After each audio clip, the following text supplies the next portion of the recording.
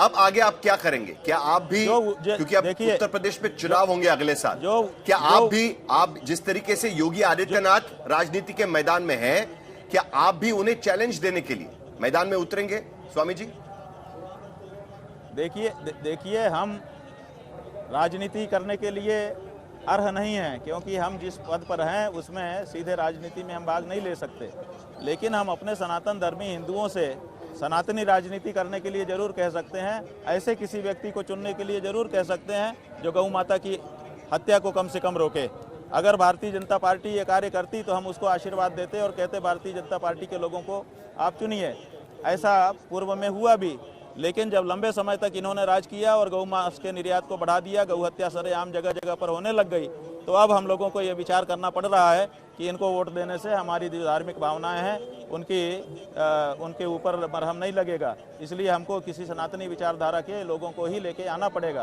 तो हमने ये घोषणा की है कि देखिए, जिस पुरानी पार्टियों को हटा करके हम लोग भाजपा को ले आए कि ये हम लोग हमारे सनातन धर्म के अनुरूप कार्य नहीं कर रहे हैं, अगर वही काम भाजपा भी करती है तो भाजपा को क्यों नहीं हटाएंगे?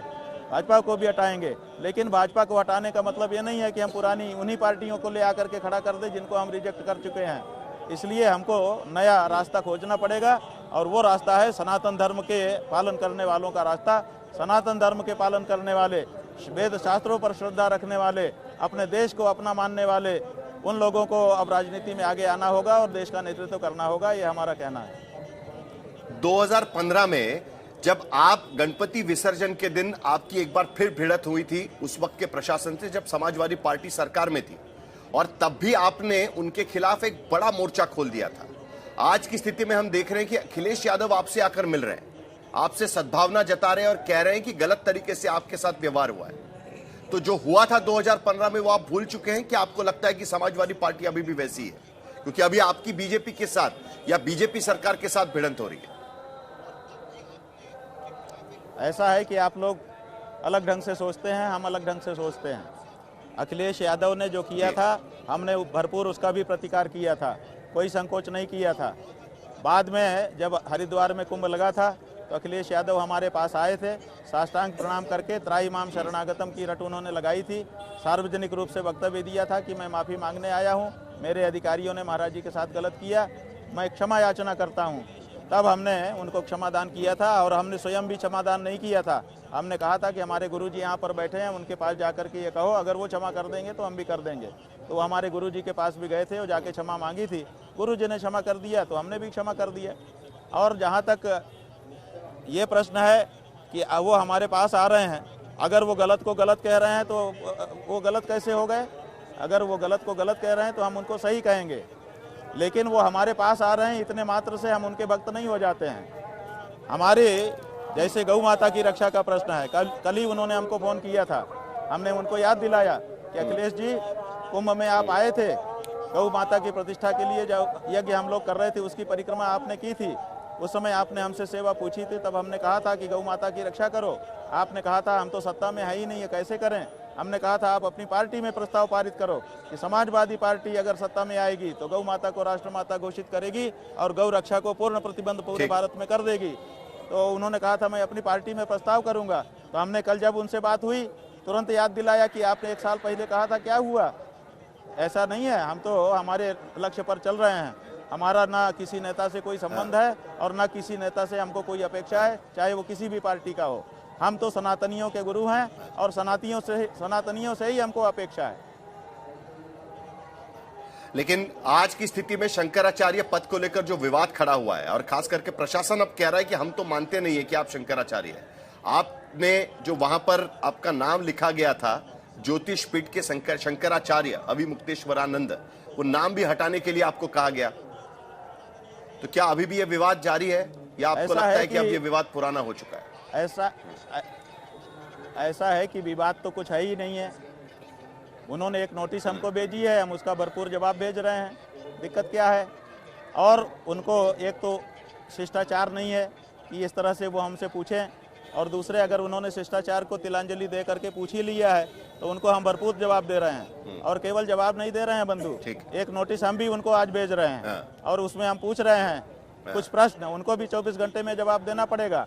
सुप्रीम कोर्ट का नाम लेकर के, सुप्रीम कोर्ट के कंधे पर बंदूक लगा करके गलत बयानी करने का अधिकार उनको भी नहीं है, वो जिम्मेदार अधिकारी हैं।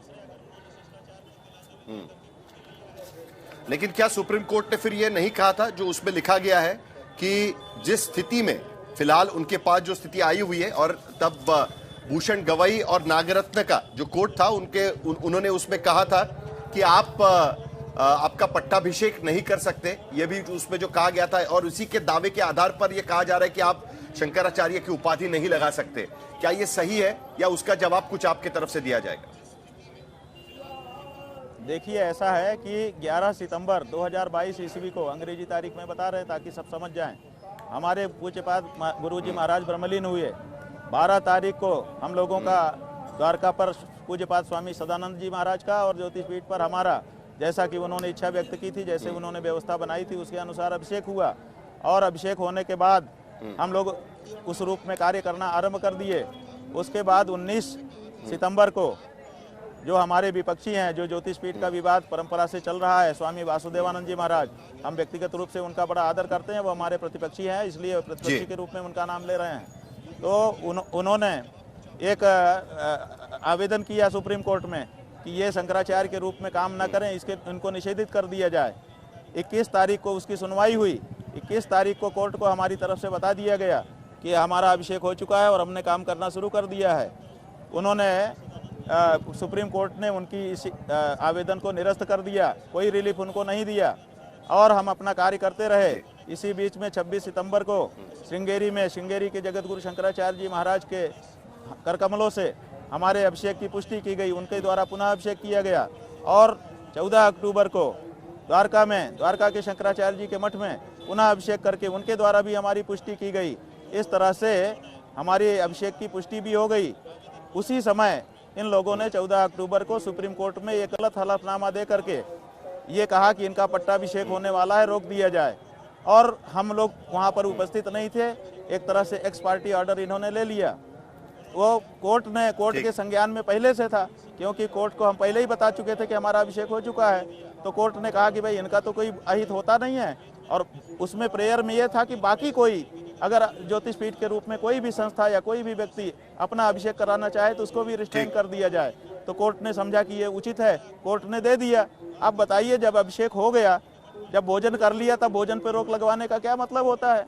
जब अभिषेक हो गया और कार्य करने लगे, उसके 1 महीना 2 दिन के बाद आप फर्जी, और सुनिए, आप ऐसे नहीं ठीक है, सुन लीजिए।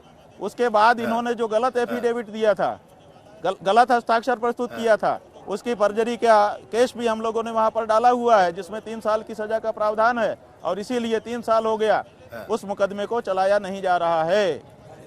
तो और जो ये मेला का प्राधिकरण प्रेस कॉन्फ्रेंस में जो आदेश दिखा रहा है 14 अक्टूबर का, जिसका आप जिक्र कर रहे हैं, उसमें ये लिखा हुआ है कि पट्टाभिषेक नहीं करेगा कोई। तो आप बताएं, मेला का प्राधिकरण बताए कि क्या मौनी अमावस्या के दिन जब हम संगम गए थे तो वहां हम पट्टाभिषेक करवाने गए थे कि ये रोक रहे थे सुप्रीम कोर्ट के आदेश से? पट्टाभिषेक रोकने का आदेश है ना ये जो दिखा रहे हैं उसमें, तो पट्टाभिषेक वहां हमारा हो रहा था। ठीक है, तो आपके जवाब का इंतजार रहेगा जो आप प्रशासन को देंगे। रोक देते। ठीक है, बिल्कुल, तो आपके जवाब का इंतजार होगा, क्योंकि आप कह रहे हैं कि आप प्रशासन को जवाब देंगे। स्वामी जी, आपका उस जवाब का हमें इंतजार होगा। फिलहाल आपने हमसे बात की, इसके लिए आपका बहुत बहुत शुक्रिया।